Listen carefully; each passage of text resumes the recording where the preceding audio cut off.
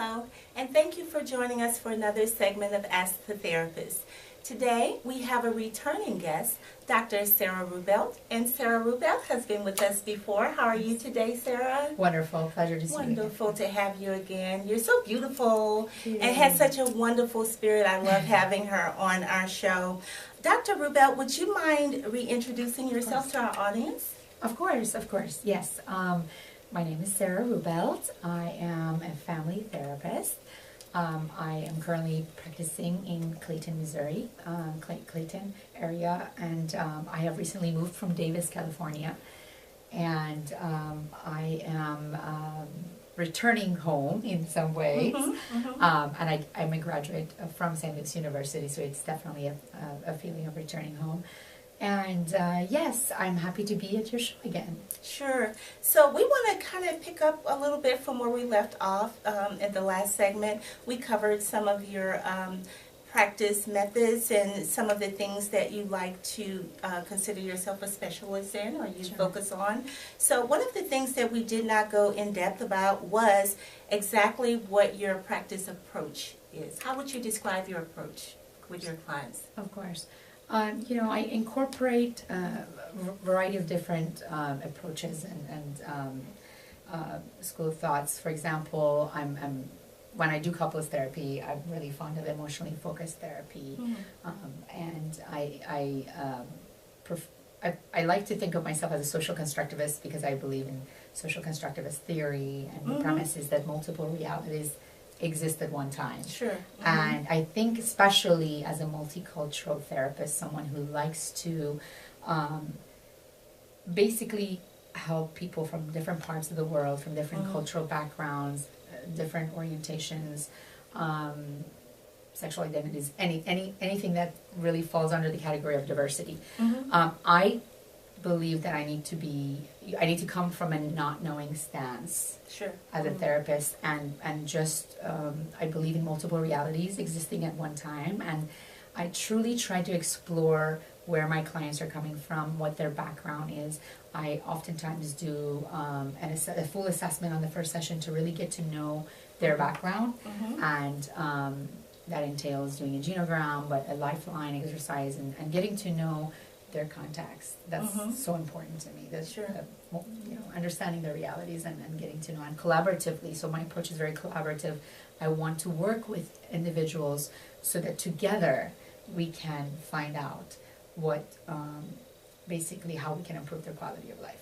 Absolutely. So I like what you said about the different perspectives or the different realities existing at once, and to have an objective view is very important, because the view that you have not subjectively interpreted your reality to exist in would possibly be the view that will get you a change in your life. Absolutely. Correct? Absolutely. Okay. And we do get stuck oftentimes in that tunnel vision in which we believe what we believe, and oftentimes we could be sort of hijacked with those distorted thoughts that take us in that tunnel vision, and we see things black and white, and we are not able to see the big picture. Absolutely. And you mentioned how cultural perspective may play a part in that, and how you're able to then incorporate your ability to distinguish the differences in certain cultures, and how to maybe incorporate, I guess, a more generalized or a more, what do I want to say,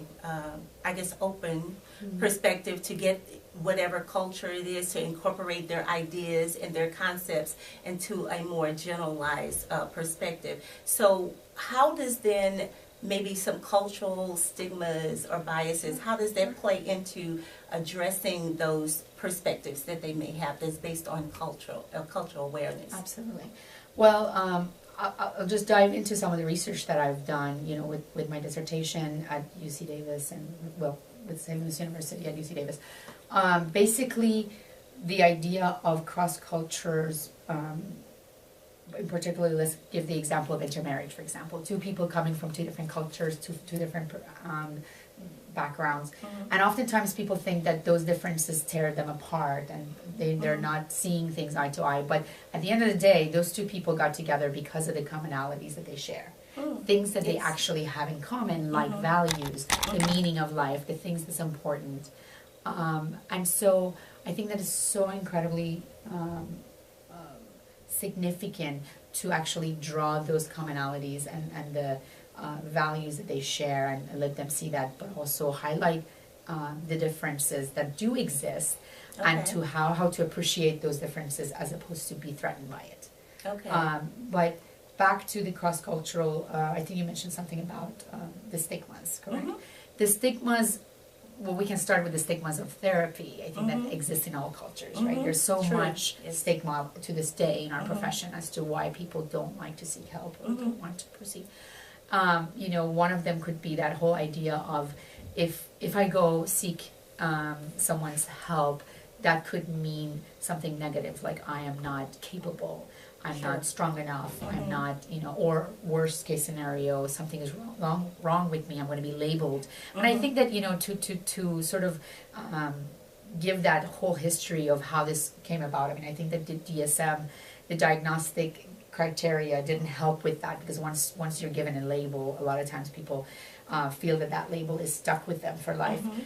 So I'm not in favor of always you know, seeing things from that perspective and utilizing those labels. I want people to understand or just recognize that something is impacting the quality of their life, and that they have a chance and the opportunity to improve that, improve their life, improve the quality of their life. And so to understand what's bothering them, we don't even oftentimes necessarily need the label.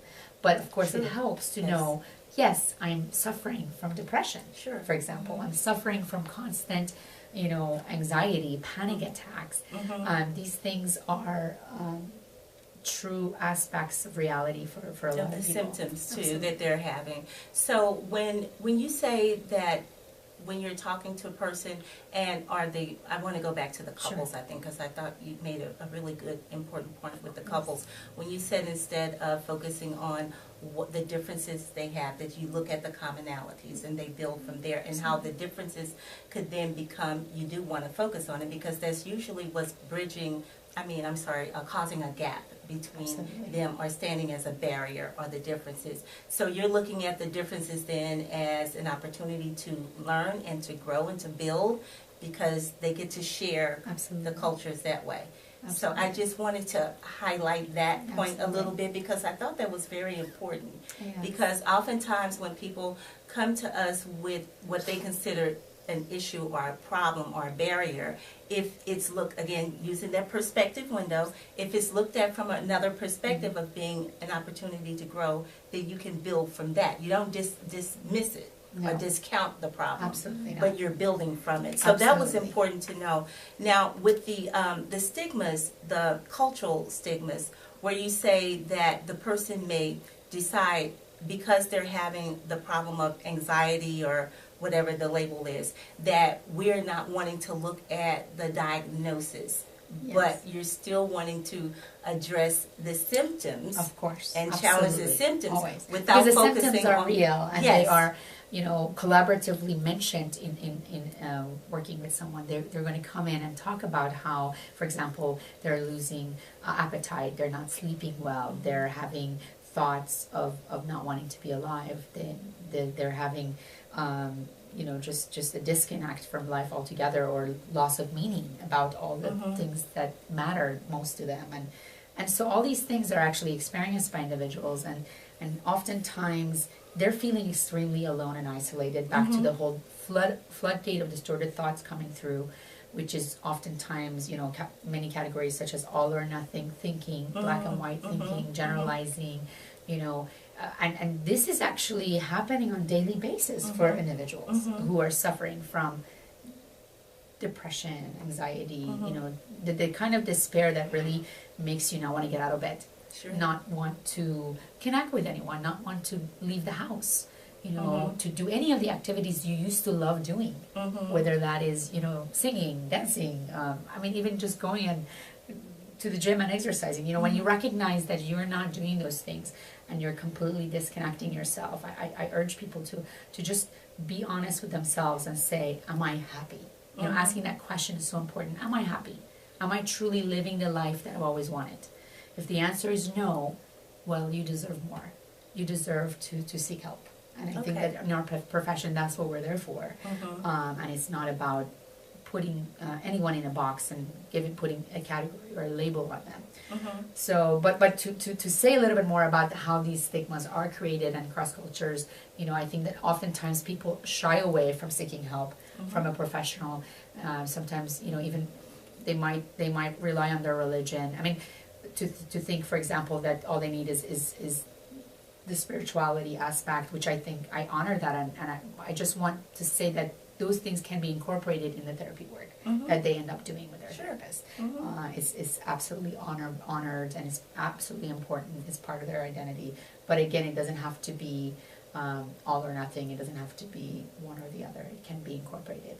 So when those stigmas are presenting, I guess, a barrier to actually initiating this process with a person, then you're saying rather than dispelling the whole thoughts about whatever the stigma is, if they're looking at it as, you know, it says something's wrong with me, or it's a taboo because of my religion or my culture, instead of dismissing that, then you're saying we're incorporating that, because this is the approach is based on what the person brings to you. Absolutely. So if they happen to bring those stigmas to you, then you're also addressing that in your process of therapy with them. Absolutely. Okay, so that's important to know, that we're not dismissing anything, because everything about you as a person is valuable that you bring to this process, because it's going to be customized for your need. Absolutely. Okay, so when we're you were mentioning about the levels of depression and the isolation and some of the things that a person may be doing or not doing that they used to do,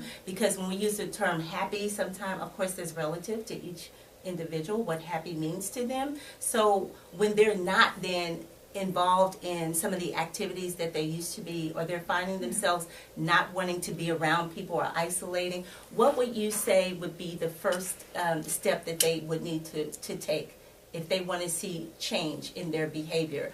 Because oftentimes, to be honest, we know that people often would use any other means, absolutely, like self-medicating themselves, or maybe with drugs or alcohol, or an addiction of any kind, gambling. There's all kinds of addictions that people get involved because they need an escape from their reality, what they perceive as their reality. So what do you think would need to happen for that person to feel that this therapy that you offer, that we offer, is probably the first place to go for them for the help? Well, I'm going to answer that in two ways, or two sides to your question. One is that I think the concept of individualism and collectivism comes to my mind when I hear you say that. Because I think about how an individual can think about their situation and want to seek help, and they might be aware of what's happening, and they might recognize there's resources, and they're going to go after it. And sometimes they have to overcome their own stigmas and barriers that's holding them back, and say, you know what, I'm willing to give this a try and push through that. But sometimes the individual might be able to achieve that alone, and sometimes not. Sometimes an individual needs the help of people around her or him to be sort of pulled towards that support that's available. Because, I think of someone, for example, who's suffering from depression, who's isolating herself, who's not leaving home, who's not doing anything. I think that it does take other people to come and say, I think that it would help you to go talk to someone. I'm willing to go with you. Let's go do family therapy. That's why I think as a family therapist, I welcome joint sessions, even with individuals who say, I really would like to bring my spouse for a session or a year. I think it's so important to have those joint sessions, because you belong to a system. You belong to, I have that systemic, approach as well in my background. So I see things from a systems theories perspective, that the whole is greater than the sum of its parts, and you're not just one individual, and it's the system that you belong to, and sometimes you need the system to come with you, because we're in this together as a family, as a society, and as our community. We can help each other. And I think, let's break through those stigmas in our community. How oftentimes happens that you see someone hurt, but you don't know what's the right way of approaching them and saying, are you okay? Are things okay in your life? You know, people just generally stick to the surface of saying, hello, how are you? I'm fine, thank you.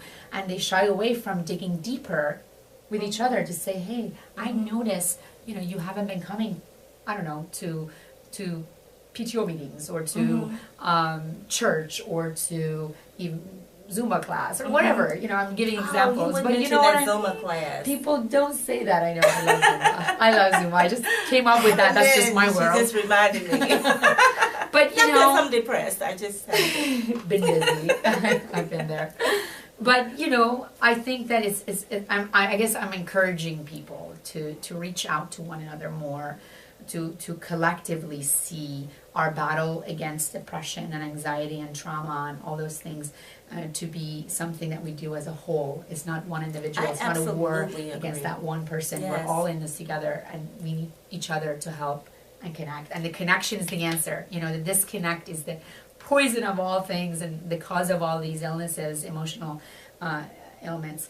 I think connecting is something that we really need to push for in our society. I believe bringing your perspective of collectivism is so important. I love how you incorporated that in your explanation of how a person can first initiate, you know, this process, because in Western civilization, we do think more of, you know, as individuals, you know, instead of a collective society. But in nature, in human life, in ecology, everything is a system. There you go. So because all everything, yes, because it makes so much sense to bring that together in the way that you did. Because if a person, the more they isolate, the more they are removing their strengths and their ability to function in cooperation with everything that lives around them.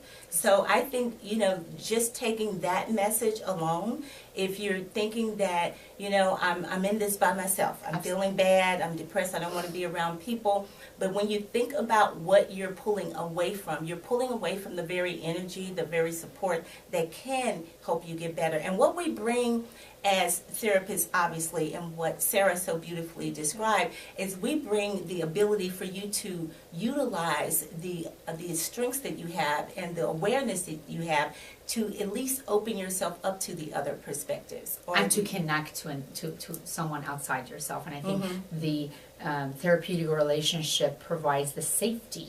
You know, absolutely, and that's a very good point. Because also, it's like you get to experience that. It might be terrifying to go out there to your community, to your people again, because you're just flooded with these, you know, distorted thoughts, and you're overwhelmed, and every single aspect of social gatherings and things, you know, just bring more anxiety and stress to you. But to think of the therapeutic relationship in a sacred way, in a way that really puts it in the context of safety and, you know, non-judgmental, confidentiality. Absolutely. Is very important, because I know that one of the main stigmas that a person may, one of the things they may have resistance about coming into a situation like this is, I'm embarrassed, I'm ashamed, this has been a secret, I don't want to tell anybody. You know, everyone's tired of seeing me like this. Right. If they're feeling like, you know, because I have always kept to myself and I've always been a private person, to understand that not only do we bring a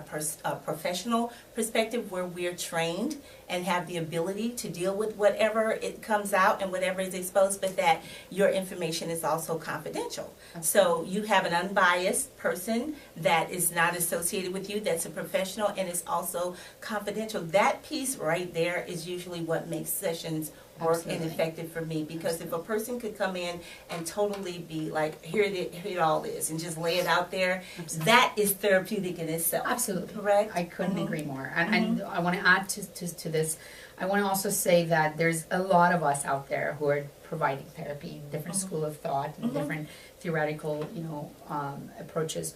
And I think that it's important for people to know that it's not always, it's not always an identical, I guess a match from the start. You sometimes might have an experience, and it doesn't mean that you did something wrong. It just could be that particular approach or that particular therapist is not compatible to you. That's a very I think it's so important to have a rapport, built with therapists, and have, just leave the feeling of, oh my gosh, this person really gets me.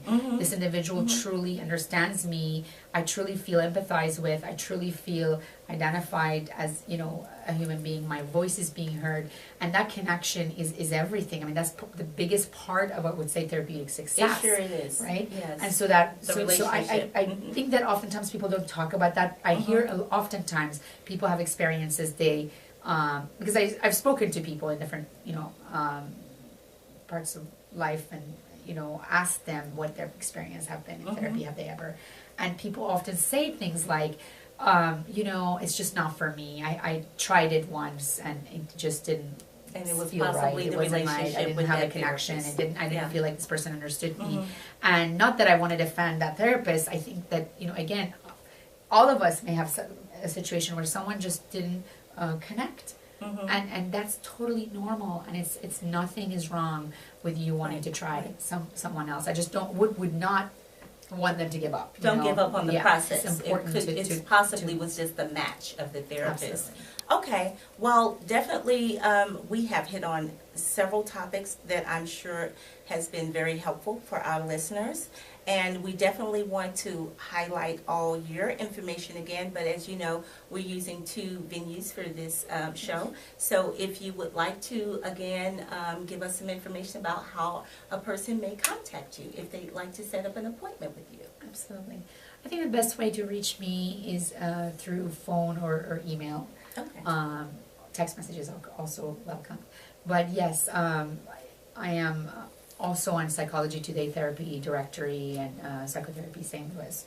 But okay, the phone numbers are 530-302-7322. And then there's a 314 number you have listed here. It's area code 314-594-7322. And she's located in Clay, Missouri at 7750 Clayton Road, Suite 210, Clay, Missouri 63117. In your email, we'll have all this on the end screen, but I'll go ahead and if you want your email announced, is Sara.Ruebelt, just like it's spelled on the sign. Sara.Ruebelt@gmail.com is her email if you'd like to contact her. And again, she has a full profile on Psychology Today. So if you go to Psychology Today and just type in her name, Sara Ruebelt, it will give you all the information. It will give you the information about the insurances or the payment source that she takes, and it will also give you a lot more information about her approach. I know her approach sounds very interesting. It was very informative, but she has more information about the approach on the profile page as well. Yes, absolutely. Right? Yes. Okay. And my website is being constructed currently, so the Psychology Today website has a nice bio. Yes, I read it. It's wonderful. I think it's very accurate also about covering what she does. So it's been great having you again. It's always such a pleasure. Like I said, you bring such a beautiful spirit, and any person that would ever have a session with you, I'm sure would get this same energy. You know, when I first met you, we connected right away. I don't know if it's the California West Coast vibe that she brings, but she's a very easy to talk to and open person. So I'm sure that if you meet her, you will love your sessions with her and be helped greatly with her expertise. So until we meet again, and I hope we do get to meet again, it's been a pleasure having you. I really enjoy your presence. Same here, pleasure. We'd like to just remind everybody, again, with closing the show, this is Carolyn Catchings, and I'm reminding you, as Sara has mentioned also, we are a collective race of people. So if you decide that you would need to address your human health, your personal health and your mental health, I'm reminding you to not attempt to take the path of your mental health wellness alone, but to ask a therapist. Absolutely. Yes. Thank you so much. Pleasure. It's been great to see you again. Okay.